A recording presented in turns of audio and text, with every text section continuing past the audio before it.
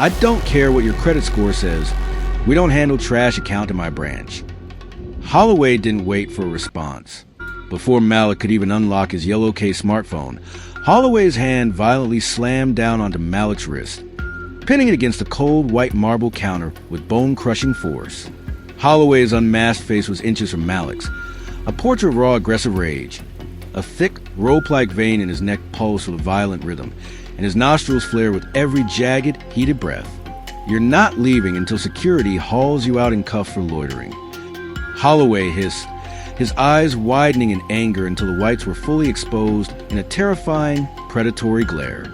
He twisted Malik's wrist in a painful, bone-deep lock, forcing the hero to lean submissively over the counter as the gold luxury watch on Malik's arm struck the stone with a sharp crack.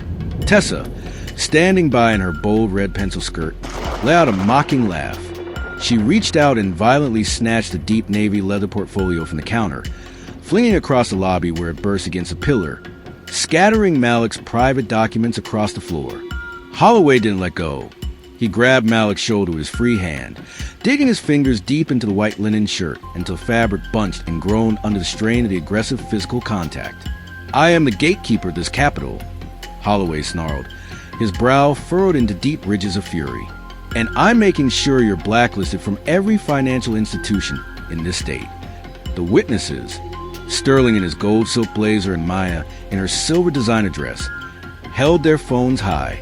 They captured every anatomical micro-expression of rage on Holloway's face as he physically manhandled a man whose true net worth he couldn't fathom.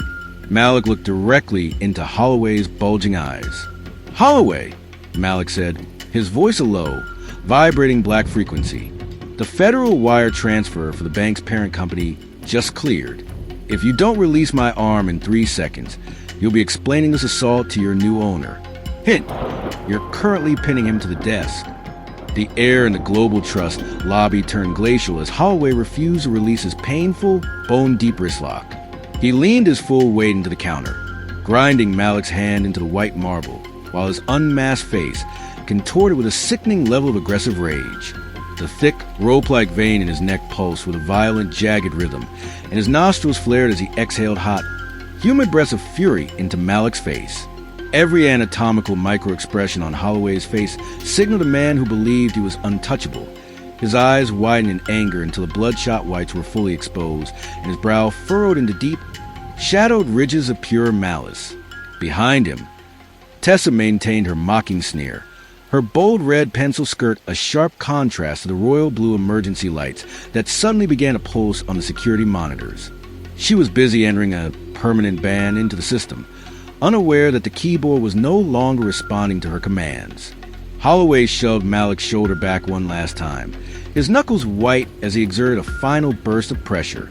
"You're a loiterer, a nobody, and by the time I'm done with you, you won't be able to open a lemonade stand in this city." Malik remained eerily still, his eyes fixed on the gold luxury watch trapped under Holloway's sweating palm. With his free hand, he tapped the screen of a yellow case smartphone pinned to the desk. "Authorized global acquisition protocol. Code Black." "Holloway," Malik said, his voice dropping into a lethal low-frequency resonance that seemed to vibrate the very marble they stood upon. "You spent the last 5 minutes playing gatekeeper of a kingdom you no longer serve. You were so busy assaulting me that you missed the internal memo. Look at the screens. Now." In a synchronized flash, every digital surface in the bank, the ATM kiosks, the teller terminals, and even the massive stock ticker in the center of the lobby, flickered from the bank's branding to a solid, deep royal blue. A second later, a high-definition broadcast took over. The entire branch watched in stunned, breathless silence as a bold, extreme close-up video of the current interaction played on a loop. It showed Holloway's snarling face, his unmasked aggression, and the violent wrist lock in crystal-clear detail. A bright yellow banner roared across the top of every screen. "Acquisition complete. Malik Vance is now majority shareholder. All branch management immediately terminated for gross misconduct." The blood drained from Holloway's face instantly, leaving his skin a sickly, translucent gray. His grip on Malik's wrist went slack, his hand trembling as he realized he wasn't just losing his job.